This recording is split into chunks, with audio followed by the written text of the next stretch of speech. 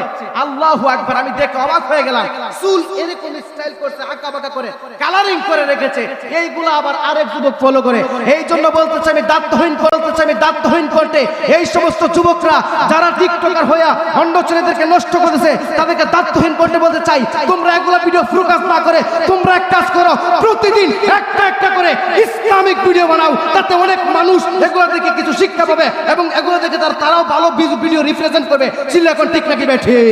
আরো জোরে বলেন ঠিক নাকি বেঠে? আল্লাহ যেন কবুল করে, সকল বলুন আমিন। এগুলো চুলগুল কালার করা যাবে? জোরে কোন কালার করা যাবে? ইউটিউবার আছে, কাটছিট করো না, পরে আবার এক সমস্যা, বুঝছো না? আমি হক কথা বলি, আল হক মুররুন, হক কথা বলার পরে কে খারাপ বললো কে ভালো বললো এগুলো দেখার টাইম নাই। এগুলা চুল যখন স্টাইল করে কালারিং করবা, এই এত কালার তো হালকা পাতলা দিলে কাটে সুন্দর লাগে, এমন কালার মারে দেখা যায় খ্রিস্টান না মুসলমান চিনাই জানা, ঠিক নাকি বেটি? এই জন্য আল্লাহ যেন তাদেরকে হেদায়েত দান করে, সকলে বলুন আমিন। তো যেই কথাটা বলছিলাম, ভালো করে চলতে হবে, যেভাবে চললে আল্লাহ খুশি, রসুল খুশি এবং মানুষও তোমাকে।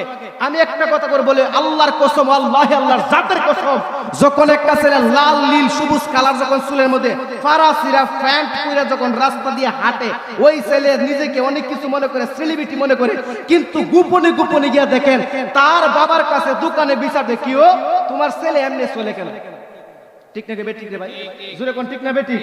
তার বাবার কাছে দোকান পাটে বসতে পারে না, বিচার দে তোমার ছেলে এরকম করে কেন, চুল কালার করলো কেন, ফ্যান্ট শিখলো কেন, এই করলো কেন, সেই করলো কেন, তার বাবার তখন মানুষের সামনে মাথা নিচু করতে হয়, চিল্লা কোন ঠিক নাকি বেটি?